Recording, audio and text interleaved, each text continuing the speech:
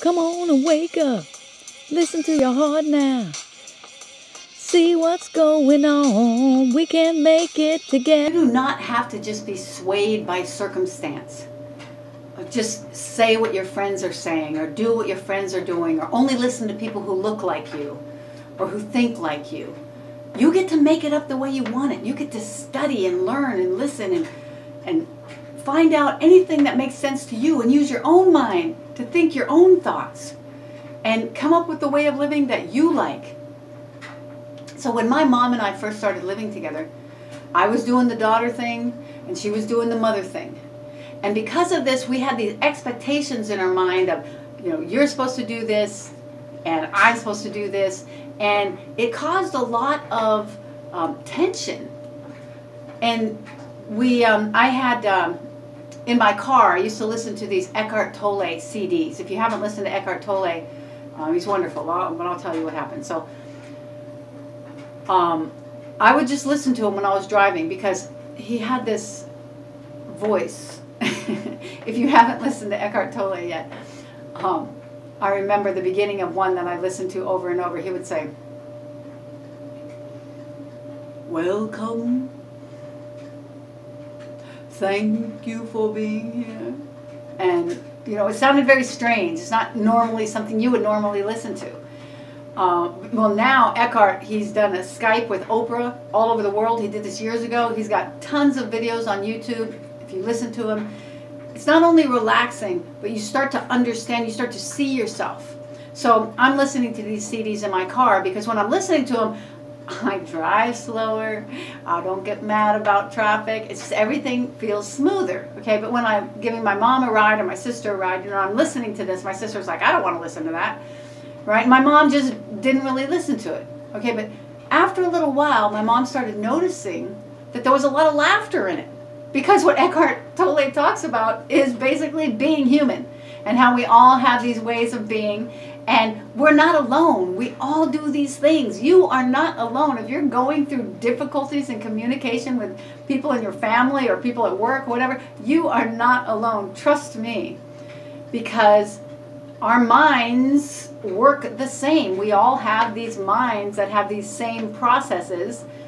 And so anyway, so mom's in the car and she hears people laughing and she starts to get interested, you know, because it's always a lot more fun to listen to someone if you get to laugh. Well, Eckhart, when the audience laughs, he goes like this. He goes, that's Eckhart's laugh.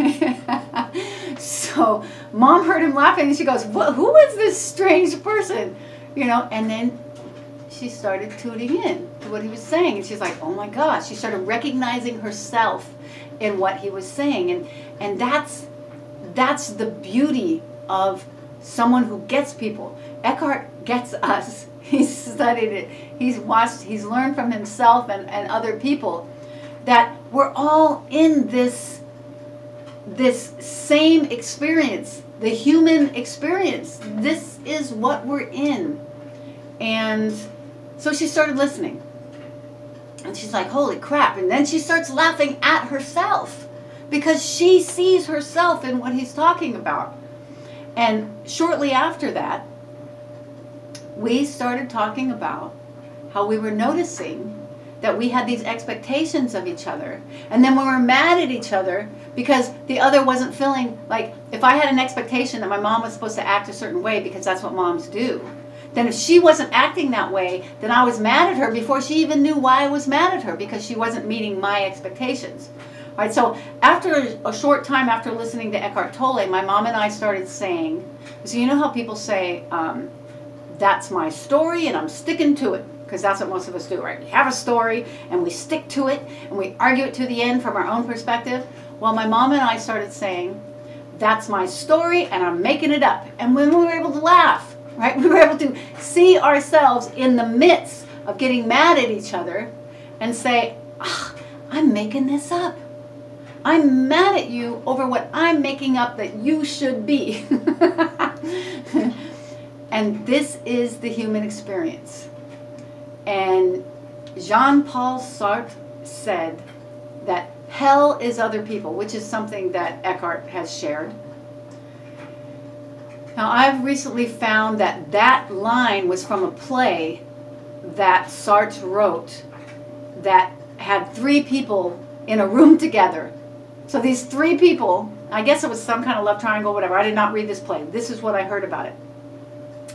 That these people, these 3 people in a room together, were looking at each other, and they were having an experience of themselves through the eyes of the other 2 people in the room. So, say I'm with 2 people, and now I'm looking at myself, trying to understand who I am through their eyes. So, the way someone is treating me is telling me who I am.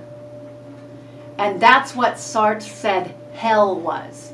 It's going in to try to figure out what's inside the mind of the other person about me. Okay? That means I am an object in their mind. I cannot be a subject in their mind, because subjective is me to me. Subjective, I am the subject of my own life, and everybody else is an object of my own life. Everybody else is an object of my life. So for me to look at me, I can look at me subjectively. I know my whole experience. For me to look at anybody else, I can only objectify them in my mind, which means everything I'm making up about them is coming from my mind, and if they were to know what I was thinking about them, they would be in hell. If I was to know what someone else is thinking about me, I would be in hell. If I cared so much about what someone else was thinking about me, that's hell for me. Because all I can really truly understand is me and my experience, because I'm the only one who knows it.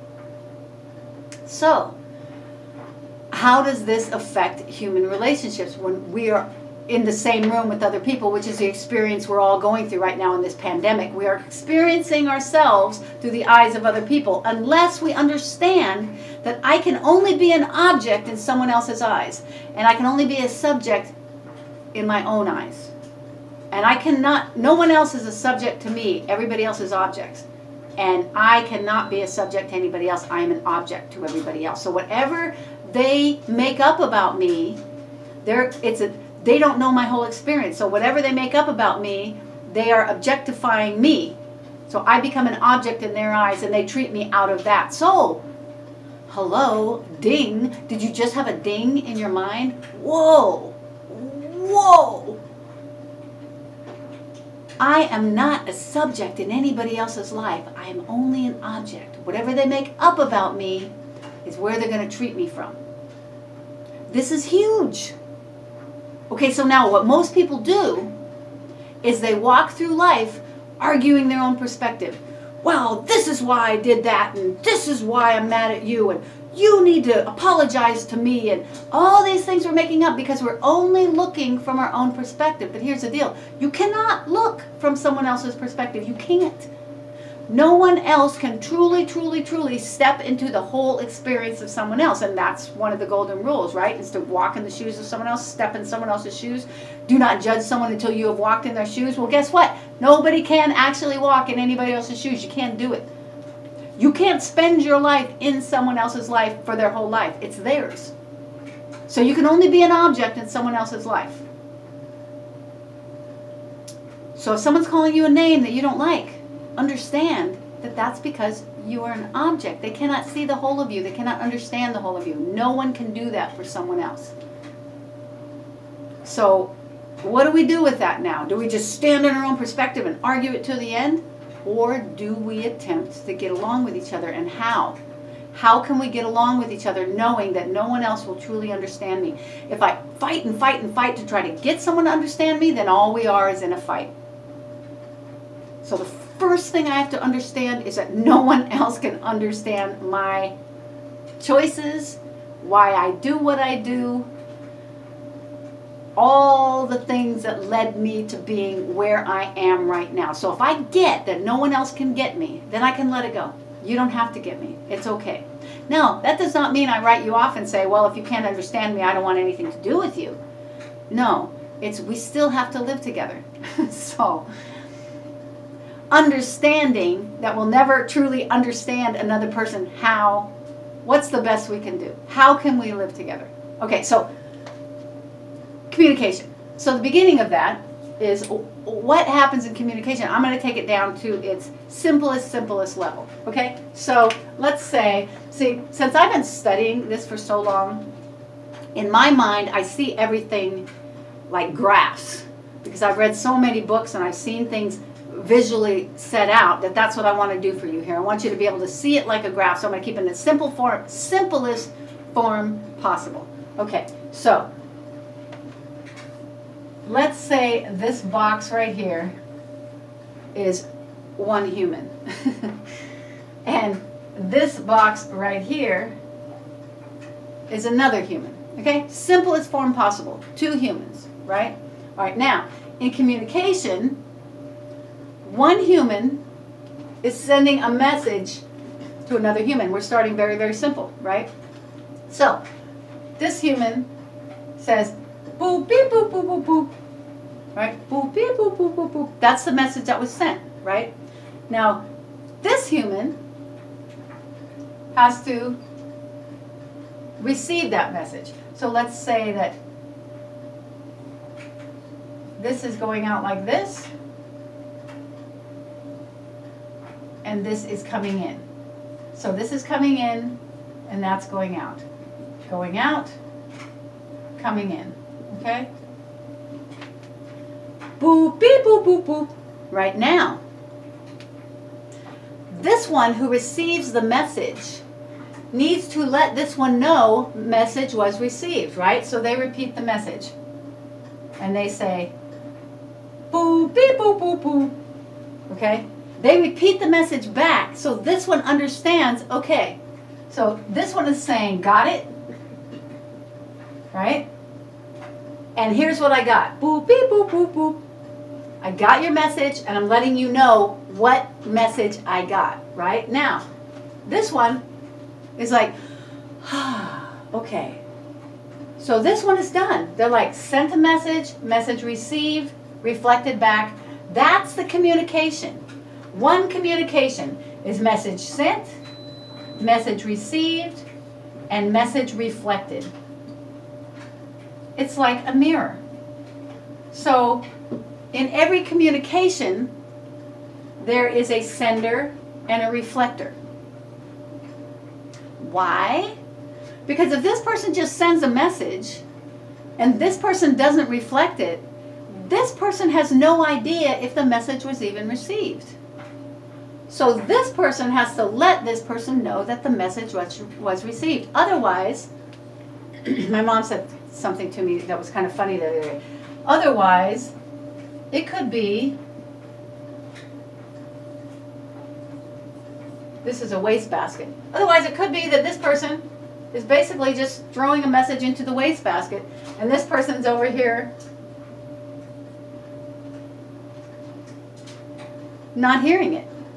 Right? Basically, instead of being a mirror, he was a piece of rubber, and the message just bounced like he was a backboard, right? Instead of being a mirror and reflecting it like this person was like a backboard, and it just hit him and went into the garbage, right? So nothing was reflected. It was instead bounced off and went into the garbage.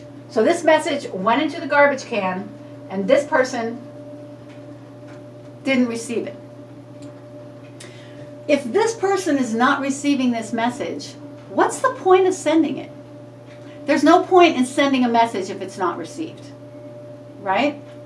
Or the other thing is, maybe it was received, but since he didn't reflect it, maybe he did. Maybe this one took the message in, and there's the message sitting there inside him, but he didn't let this one know that it was received. So this one has no idea if he was heard or not. So, beep, boop, boop, boop, boop. Bonk, goes in the garbage. Beep, boop, boop, boop, boop. It's in there, but he doesn't say anything back. So because he doesn't say anything back, this person has no idea if it was even worth it to say it. So tomorrow he's going to say it again, and the next day he's going to say it again, and the next day he's going to say it again. He's just going to keep sending the same message because he doesn't know if it was received or not, because this person did not reflect it back. So it's important. When you send out a message, you want to hear that the message was received. All right? So that's the first simple thing about communication. You send it, and the person reflects it back like a mirror. Now, in power dynamics, like a parent will send a message like, I don't know, these dishes were not cleaned well enough. I need you to clean them. Good. All right? And then this person goes into this mode. I don't want to hear it, right? So they don't reflect back, right? Now, if he sends a message, these dishes weren't cleaned, I need them to be cleaned. Good. And this person reflects back, they say, oh, the dishes weren't clean, I will clean them. Good. And this person says, okay, I get that they got it. But if this person doesn't reflect back, then this person doesn't know, and she's going to keep saying, clean them good, clean them good, clean them good, clean them good. Okay, there are a million different things that could happen in one little tiny communication. Like, this person sends a message, this person doesn't reflect, but goes ahead and cleans the dishes good from now on. But this person is checking the dishes every day because they don't really know if the person got the message or not. So there's just a whole ton of things that can happen. It reflects, it doesn't reflect, it goes in the garbage, he's not heard, he's heard. Okay. So the main thing that I want to say about this message getting reflected is when people send a message. Now, when people send a message, they want to be known that they want it to be known that their message was heard. Unless you're so used to never being heard that you've already programmed yourself to not get a reply. So now you don't even care if what you're saying is being heard or not. Because I am into communication, I want what I say to be heard. I'm going to speak in a way that someone can hear me. Now, in a power dynamic, the person might say, these dishes are not clean, stupid. You need to clean them right.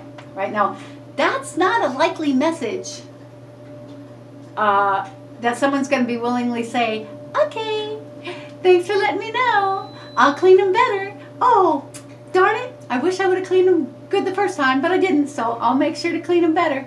No, because usually when you speak to someone in that downing way, their energy gets drained and they don't want to give you energy back. So communication is not just words. It's not just boop, beep, boop, boop, boop. It could be boop, beep, beep, beep, beep, beep. Or da, da, da, da, da, da. I mean, there's energy in the communication. And that's why energetic environments is when people learn how to use their energy in their communication. Because you might think you said,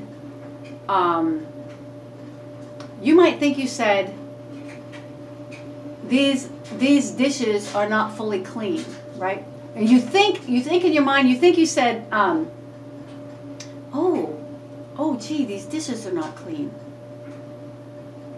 But what you really said was, damn it, these dishes are not clean. Now, one of them is an observation, just an observation, and the other is a threat. Same exact words were said, but one is an observation and the other is a threat. So in communication, people need to be aware of their energy. Communication has energy in it. Communication has energy. Be aware of the energy that you're sending out in your communication, so you can build an energetic environment in your homes. So while you're in your shelter in place, that there's energy in what you say, which changes the message, and you send a message, and then you reflect back what that message was. That's the full communication. It's not just sending it. That's not a full communication. It's sending it and receiving it and letting the person who sent it know that you have received it. Come on and wake up. Listen to your heart now. See what's going on. We can make it together.